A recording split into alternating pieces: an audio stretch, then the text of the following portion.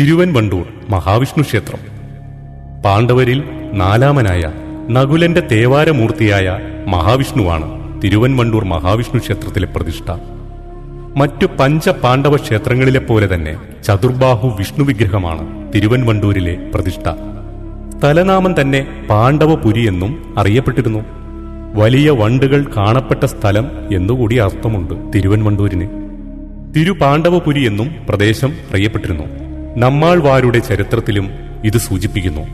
തൊട്ടടുത്ത സ്ഥലമാണ് വനവാസക്കര. അതിപ്പോൾ വനവാതുക്കര എന്നറിയപ്പെടുന്നു. തൊട്ടടുത്ത മറ്റൊരു സ്ഥലം പാണ്ഡവനാട്, പിന്നീട് പാണ്ഡനാട് എന്നും അറിയപ്പെടുന്നു.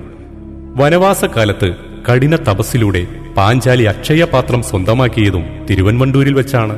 മനോഹര ശില്പങ്ങൾ ഉപയോഗിച്ച് ഇരുനിലവട്ട ശ്രീകോവിൽ പണികഴിപ്പിച്ചു. അമ്പലപ്പുഴ ശ്രീകൃഷ്ണസ്വാമി ക്ഷേത്രവുമായും ബന്ധപ്പെട്ട ഒരു ചരിത്രം കൂടിയുണ്ട്. അമ്പലപ്പുഴ മഹാരാജാവ് ലക്ഷണമൊത്ത വിഗ്രഹം തേടി ഭടന്മാരെ അയച്ചപ്പോൾ ഇവിടെയുണ്ടായിരുന്ന മേൽശാന്തി കൃഷ്ണവിഗ്രഹം മാറോടെടുത്ത് സമീപത്തുണ്ടായിരുന്ന ആറ്റിൽ ചാടി ആത്മാഹുതി ചെയ്തു. അന്നുണ്ടായിരുന്ന മഹാവിഷ്ണു വിഗ്രഹത്തിന്റെ ഉപവിഗ്രഹമായിരുന്ന ഗോശാലകൃഷ്ണന്റെ വിഗ്രഹം എടുക്കാൻ വേണ്ടിയാണ് അവർ തേടി വന്നത്.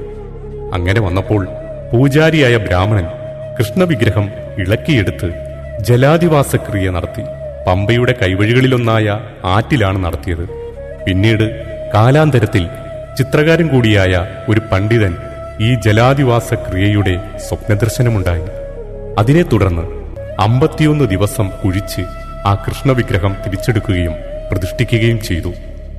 ചെങ്ങന്നൂരിൽ നിന്ന് തിരുവല്ല പാതയിൽ പ്രാവിൻകൂട് ജംഗ്ഷനിൽ നിന്ന് 2 കിലോമീറ്റർ അകലെ ക്ഷേത്രം സ്ഥിതി ചെയ്യുന്നു. ഈ ക്ഷേത്രത്തിലെ വഴിപാടുകൾ അർച്ചന, പാൽപായസം, കടുംപായസം. ഭൃഗുമുനി പ്രതിഷ്ഠിച്ച വൈഷ്ണവ തേജസേ നകുലന്റെ തേവാരമൂർത്തേ,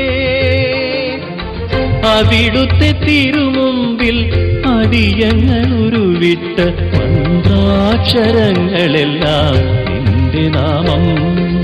തിരുവൻവണ്ടൂരപ്പാ നിന്റെ നാമം.